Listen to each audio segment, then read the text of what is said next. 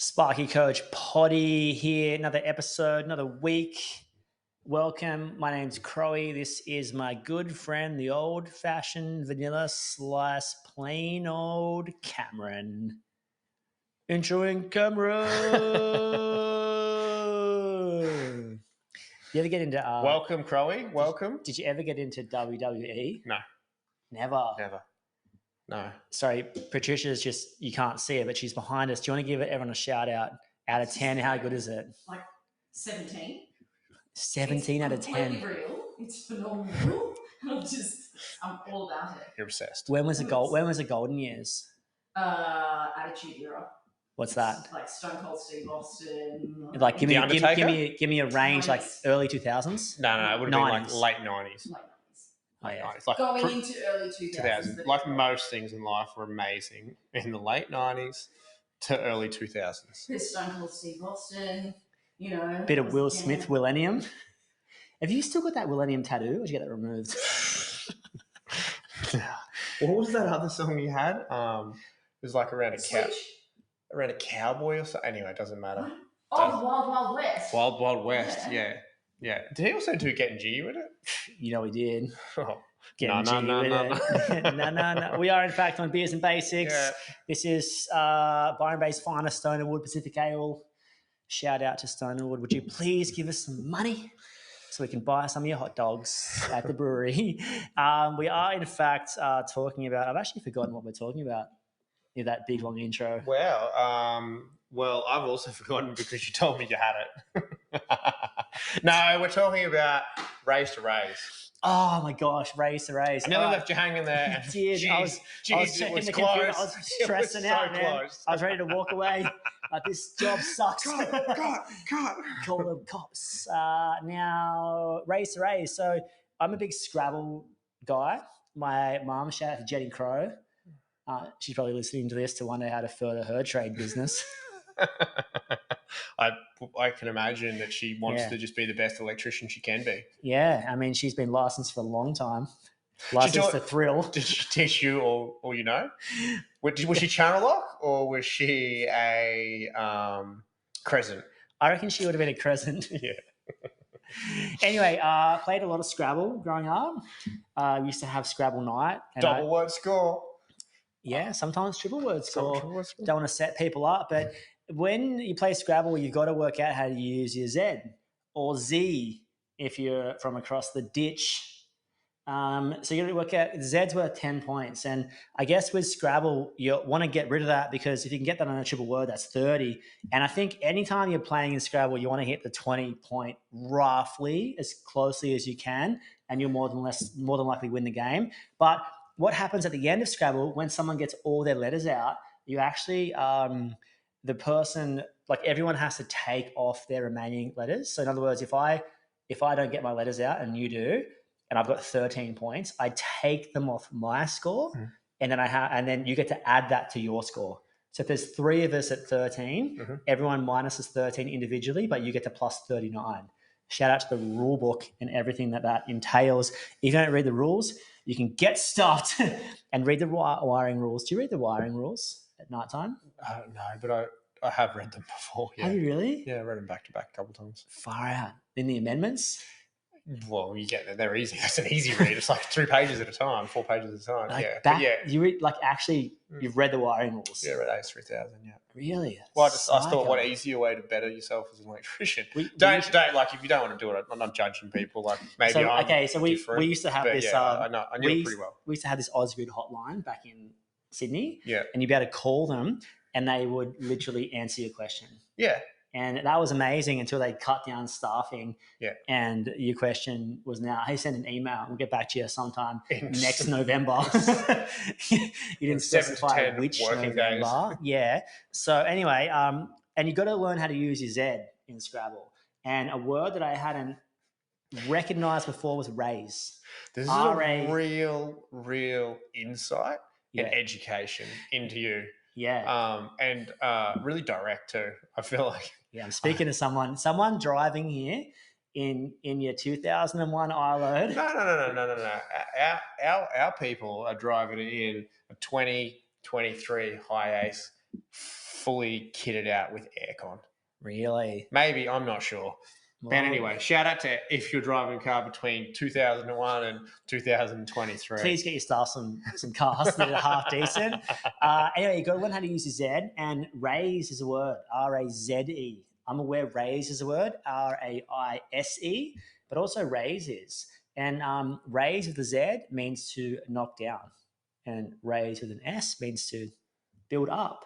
So I want to talk about the people's businesses, and we see this all the time. People come to us, and they're that sound like an influencer. I'm just. Everyone's always asking me, like, what am I doing for my skin? all I can hear in my head going over and over is, "Are we there yet? Are we there yet? Are we there yet?" And I think, are we nearly there? We're there. That's a wrap. Outro Lord's wrapping it up. So, but you see people come in all the time, and they might have 8 staff, might have 10 staff, or might have 1 staff or 2 staff or whatever. Doesn't really matter. And they're forced to sort of knock down their existing processes or structures, and specifically around money. A lot of people that have grown to 6, 7, 8 staff don't have the proper information in place financially. So they've grown their business on a lie, basically. They're charging the wrong amount, and they grow. And the common thing you see from people is, I don't want to go backwards. That fear of going backwards, that fear of like, I've had 9 staff, how can I possibly go to 6 staff? Because you probably introduce yourself at the barbecue as, hey, I'm Greg and I've got 9 staff.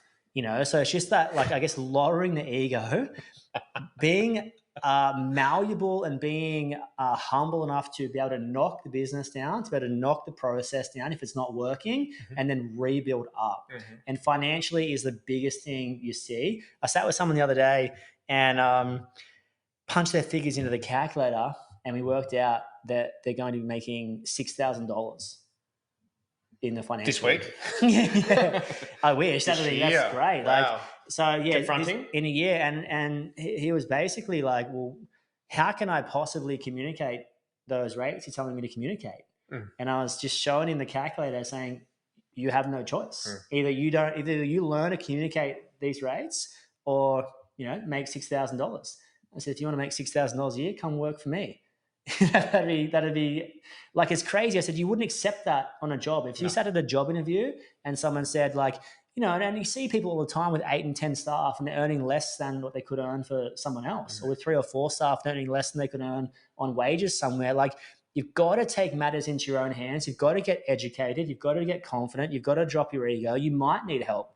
The reality is, you're probably not an excellent business operator. You're an excellent Sparky. You're an excellent technician, and you lack the business skills, and that's totally fine. If you can lower your guard, lower your ego, and get some information. And I always say this, that knowledge is confidence, and confidence is everything.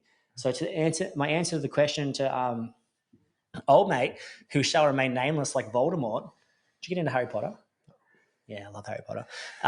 Anyway, so he shall remain nameless, and he was like, how can I communicate? And I was like, knowledge is confidence. Confidence is everything. If you look at this spreadsheet, we literally to the cent can tell you what you need to charge.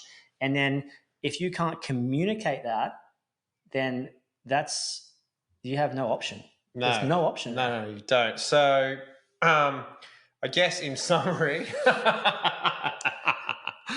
so I can totally understand, like, in a simple way even can be that, hey, this is the way we've been doing things, or this is the way we've been doing this particular task or this particular job.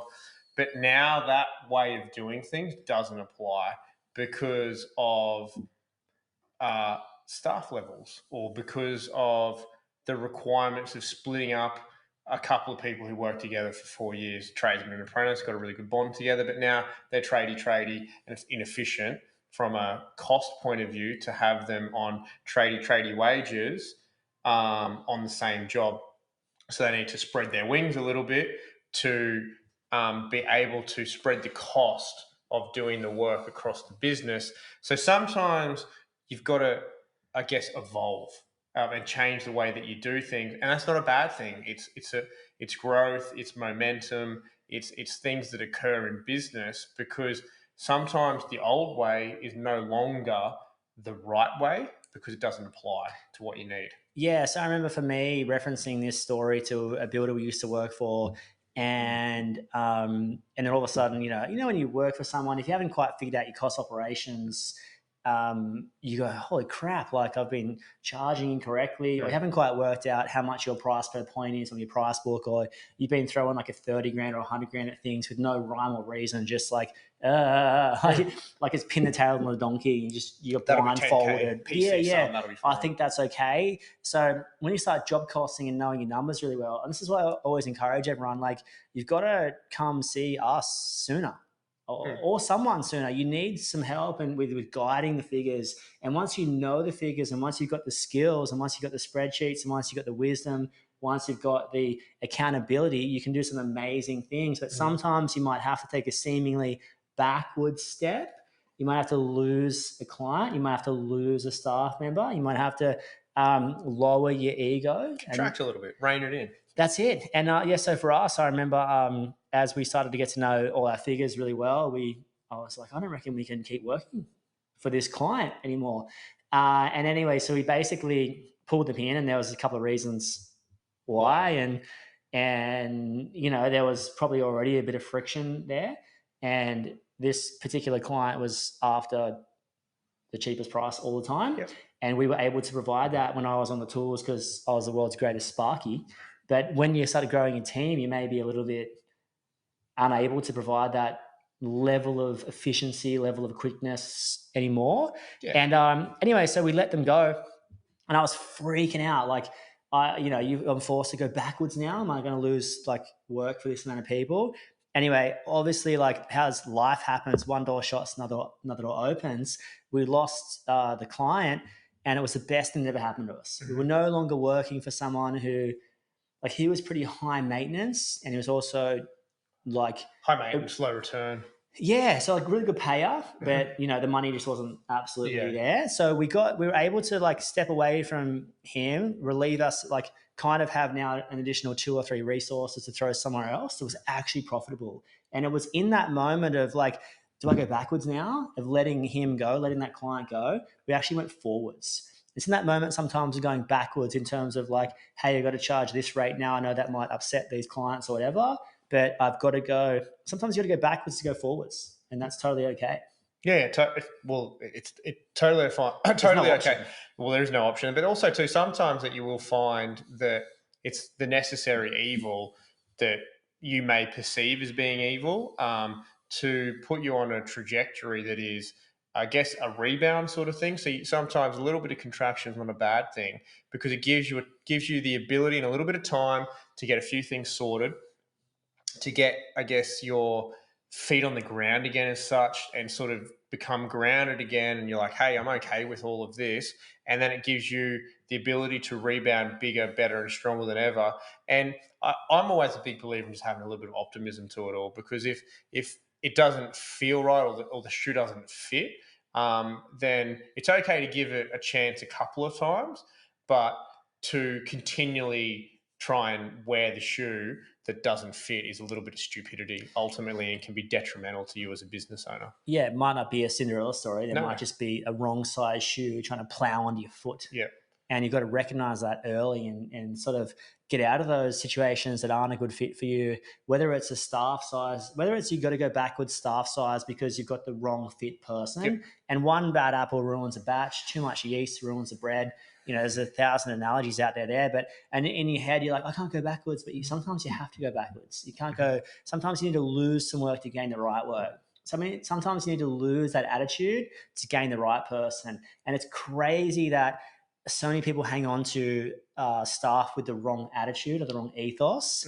And in turn, that person could be detracting someone from coming to your business because I don't want to work there because that person's there. Yeah. Or I don't want to stay here because that person's there. So sometimes holding on to the wrong thing can put you in a spot where you're not getting the right thing.